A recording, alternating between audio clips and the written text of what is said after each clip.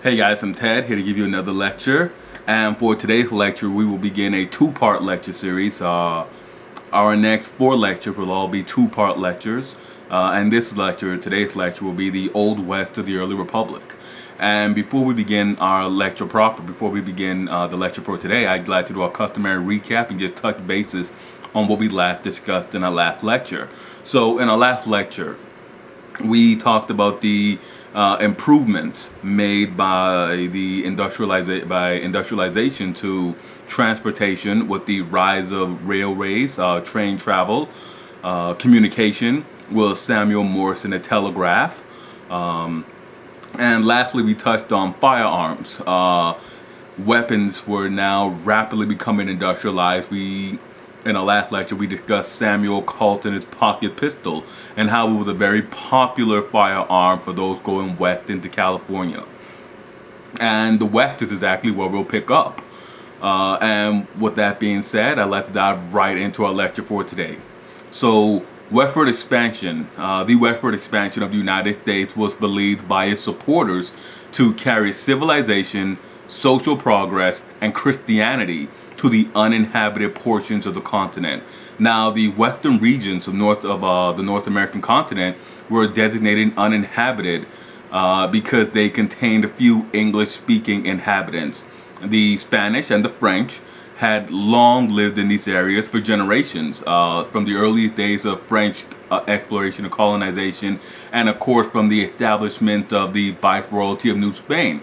Spanish and French speakers had been living in these areas west of the Mississippi. And of course, this land was the ancestral home to the various native groups, the descendants of the plain early Americans, and of course the desert Southwest early Americans, and of course the Pacific Coast North and indigenous peoples. For generations, really millennia, these peoples and their ancestors had lived in this area, but it contained few English-speaking peoples and few citizens of the United States, so it was designated as uninhabited.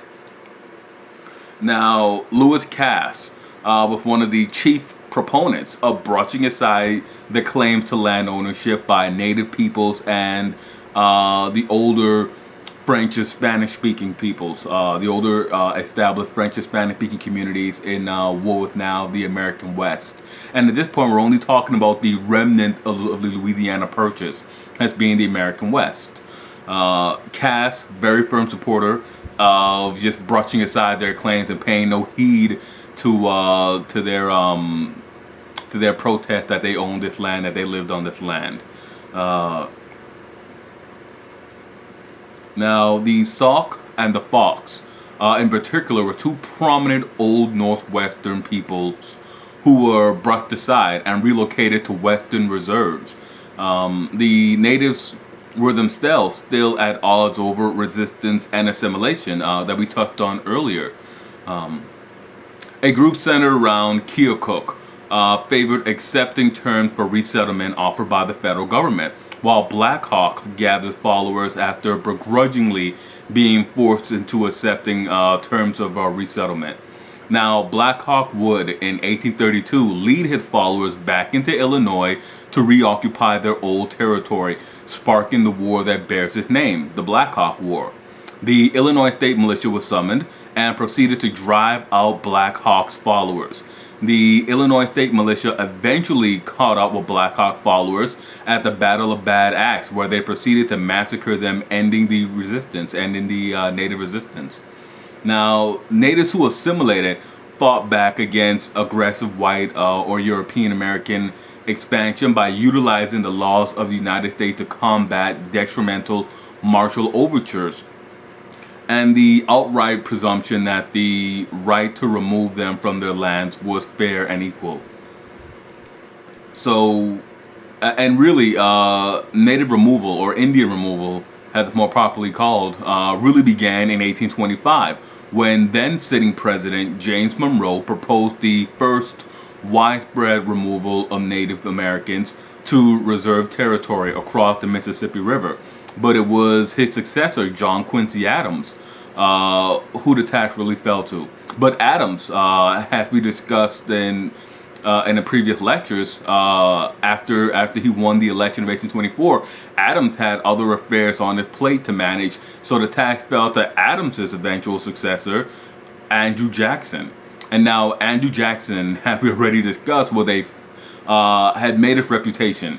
He was a famed opponent to natives in the old Southwest, and he had built his reputation, a very successful reputation, prior to 1814, because of his martial prosecution of native peoples.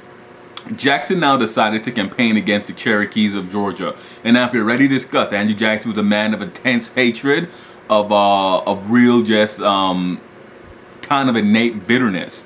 And once he decided to throw his full weight, once he really got angry at a group, he didn't hold anything back, and he had now decided to throw his full aggression at the Cherokees. The Cherokees at the time were embroiled in a bitter struggle with the state of Georgia, the state of Georgia within the stages of evicting them off of their land. And the Cherokees fought back, some armed and armed resistance, and others by simply utilizing the laws of the federal government. So, with that being said, the Cherokees, they were the best and most prime example of a native group that assimilated to European American standards. They developed an alphabet, writing system. They had that famous constitution. They developed and engaged in white settler patterns of agriculture, which included ownership of slaves. They were perhaps the most prime example of native peoples using African slave labor, African American slaves, to produce cash crops.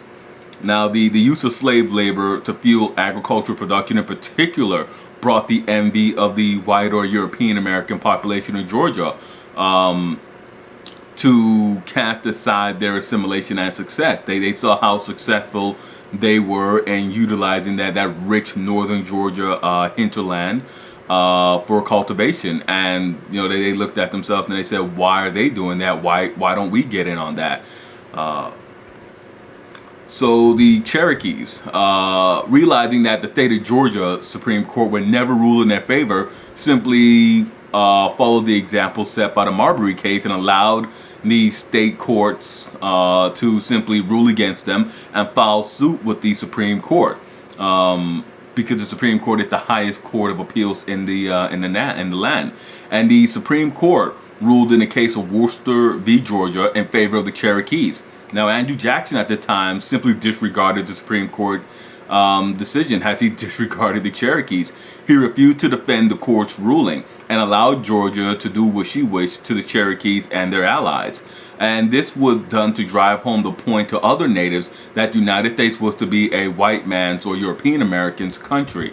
The forced migration of 16,000 Cherokees to new lands in the Indian Territory across the Mississippi in what will become known as the Trail of Tears. It's estimated that over a quarter of that number, over 4,000 of the Cherokees died en route. Mainly, it was the elderly, the young, and the sick who died on the journey. But the Cherokee removal was bittersweet for the tribe. While they were forced off their ancestral lands by the state of Georgia, they were allowed to keep their property, that is, their slaves, who were forced to make the miserable journey with less necessities than their Cherokee masters. Now, the end result of the removal of the native peoples was the opening up of the immense and fertile hinterlands of the Old West of the young republic. The land was cheap and easily attainable, and the settlement was swift. Order was maintained by the federal set of rules overseeing the establishment of territorial civil governments, which brought the right to petition for admission to the Union. Now, entering the Union in pairs was done to ensure the sectional balance in the Senate. And beginning with Indiana in 1816, Mississippi in 1817, Illinois in 1818, and Alabama in 1819. By 1819, most of the Old West of the young republic had been settled and admitted to the federal union. Only the territories of Michigan, Wisconsin, and Missouri remained. Now, this fast-paced expansion was a testament to the drive of early settlers and the communities they created, but also problematic for the nation as a whole, since the land needed to fuel expansion had been divided almost unequally between regional migrants, fueling the major political conflict of the early republic, slavery. In 1819, the Missouri Territory applied for admission to the Union as a slave state. Now, this was a happy occasion since Missouri was the first territory west of the Mississippi River to be admitted to the Union. But this was overshadowed by the fact that Missouri was applying as a slave state, which meant 2 additional pro-slavery senators and has of yet indeterminable number of representatives in the House of Representatives. Now, with no accompanying free state to balance it out in the Union, in 1819, there was a perfect balance of 11 free states and 11 slave states. If the pro-agrarian slave states were allowed to gain an inordinate amount of power in the federal government, further swelled by the 3/5 clause, it would spell disaster for northern industrial interests had the federal improvement system organized to put into place by Clay and his fellow men would literally just fall apart. Now, New York Congressman James Talmadge presented an amendment to the House of Representatives that would bar the importation of more slaves into the Missouri Territory and emancipate any slave in the territory who reached the age of 25. Now, this led to an uproar from Southern pro-slavery congressmen, but the Talmadge Amendment sailed through the House in the first vote to be conducted along purely sectional lines.